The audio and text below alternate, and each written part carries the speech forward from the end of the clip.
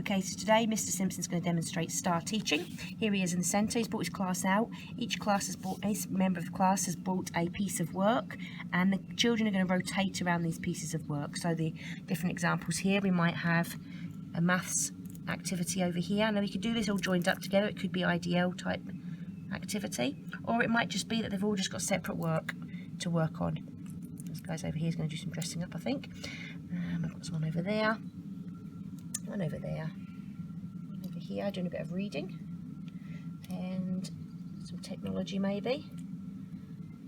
And so all the children are now spread out. If any one child has an issue or a problem, it's really easy for them to approach the circle and keep safe distance, and then move back and resolve the problem. It also gives the teacher the opportunity to walk around and have a look. Mr. Simpson's very good at looking around. Okay, and then when the time is up, so maybe 10-15 minutes at an activity, all the children can move back on to the next activity. So we would just move them along as you would expect, keeping the distance apart so that they all can then do the next activity, and this could carry on outside with no problems.